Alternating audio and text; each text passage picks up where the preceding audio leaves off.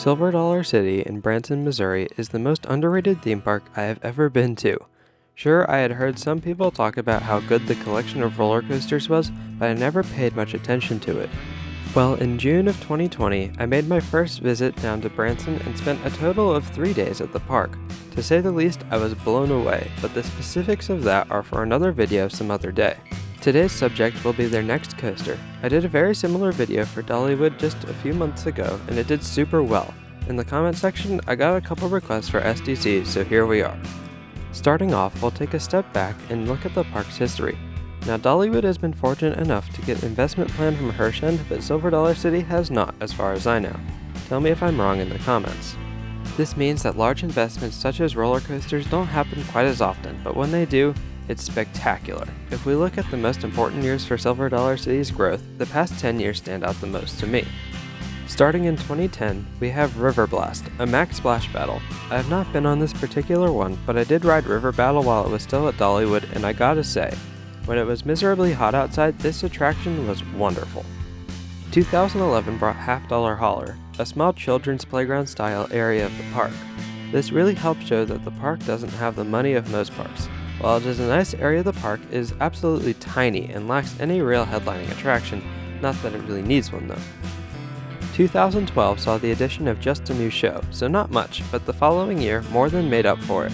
2013 brought the addition of my favorite roller coaster in the park, Outlaw Run. I won't provide too much information here as I have a separate review already up on this channel, but just know it's an amazing ride.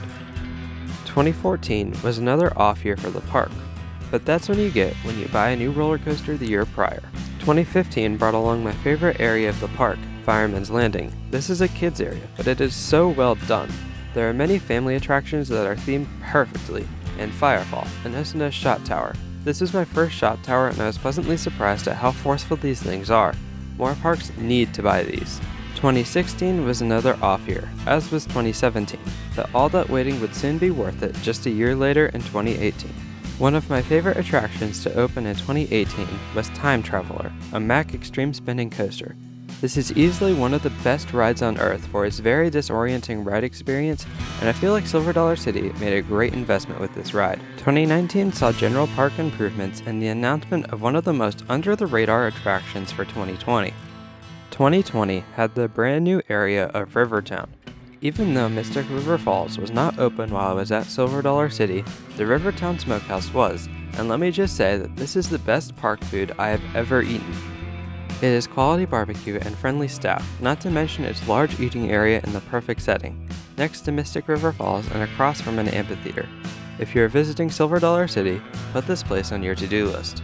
So one thing I've noticed while looking at the past 10 years at Silver Dollar City is that for them, it's all or nothing. All of their attractions were very expensive and they were just the best they could be.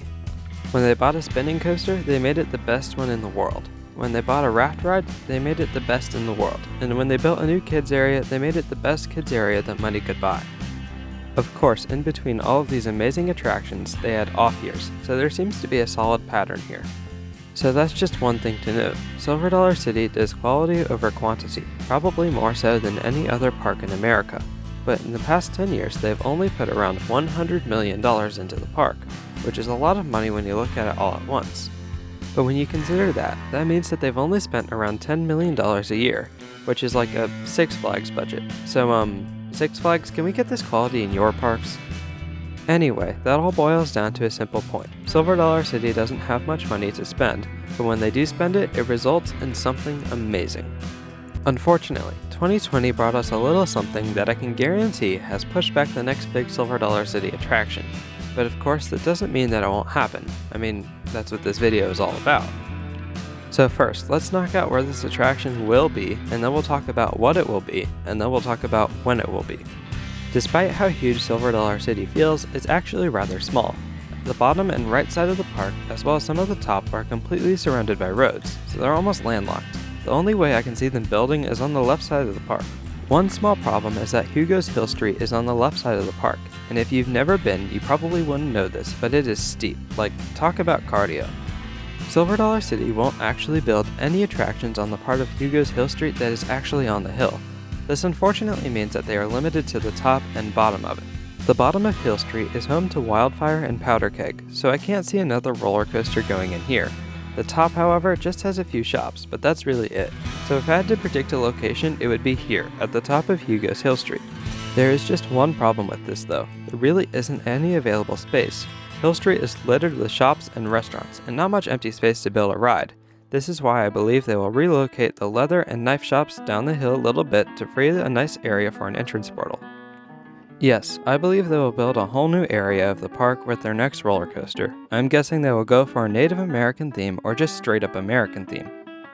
Both of the Herschend parks are very patriotic and not afraid to show their red, white, and blue, so I wouldn't be surprised if Silver Dollar City built a whole new area of the park themed to the American frontier or something like that. This whole new area would be situated on a downhill slope and would be anchored by a new roller coaster, but would also be home to a shop and a couple family rides. Okay, so now I believe you're sitting on the edge of your seat just begging to know what I think this new roller coaster will be, and I predict a Vekoma suspended thrill coaster. Why a Vekoma STC? Well, they're cheap, smooth, and good crowd pleasers. Plus we know that Herschend and Vekoma worked together after the success that was Wildwood Grove at Dollywood. So far, only one of these have been built, and that would be at Erlebnis Park Trips Drill. From what I've heard, these rides aren't too intense, but provide good contrast to the other big four coasters at SDC, which are all very intense. If Silver Dollar City were to buy one of these, I think they would probably go all out with a custom layout and try to break a record. What record, you ask? I think they would go for the record of the world's tallest full-circuit inverted coaster. Silver Dollar City's left side is blessed with a stunning view of the Ozarks as well as Table Rock Lake, and it's funny how none of their rides seem to take advantage of that. Of course, this could be due to a height limit, which I know SDC has. Sorry all you SDC fanboys, but the Silver Dollar City Giga will probably never happen because of the park's close proximity to the Branson West Airport, which is only slightly less than 4 miles away. I don't know the height limit that this enforces for sure, but I would assume it is around 200 feet. Luckily, if Silver Dollar City cannot build over 200 feet, they are situated on a hill, so we know they could probably fit a 200-foot drop using the terrain. Here's what I can see. Silver Dollar City desperately needs an inverted coaster, and that would fill that gap. They also need a good transition coaster from Thunderation to the park's top 4, and this would be exactly that. I can see this ride featuring no more than 4 inversions, a track length of at least 3,500 feet, and a few airtime moments. Now you might be asking, why not more than 4 inversions and no less than 3,500 feet of track? To answer the first question, Wildfire's sole purpose is to flip riders upside down as much as possible, and if Silver Dollar City made a loopier roller coaster, that would kind of defeat the purpose of Wildfire. To answer the second question, Powder Keg currently sits as the longest roller coaster at Silver Dollar City with a track length of 3,506 feet. I feel like this could be easily beaten by a coaster of hyper height such as this Dream Invert. I hope this gives you a good idea of what the ride experience would probably look like, but what about the theming? Silver Dollar City is a theme park after all, and their past few attractions have had some of the best theming of any attraction in the United States. I predict this coaster to be themed to the flight of some Ozark bird. Silver Dollar City always themes their rides to something Ozark related, and I feel like this is an opportunity they have missed out completely on thus far. I'm thinking something like Wild Eagle at Dollywood, but better. I can see a custom soundtrack and scattered theming throughout a winding queue and a beautiful station just like all the past Silver Dollar City attractions. I can't wait to see what Silver Dollar City could come up with. Okay, I've talked about the where and the what, but what about the when? This ride would obviously take a few years to gain the cash for, especially after the back-to-back huge investments that were Time Traveler and Mystic River Falls. I don't know the financial situation of Silver Dollar City, but I know that they did get some pretty good-sized crowds this year with the addition of Mystic River Falls. The only major downfall to their overall profit from 2020 I would think is the lack of 2021 season pass sales, which I know is a big part of the money that they make in a normal year.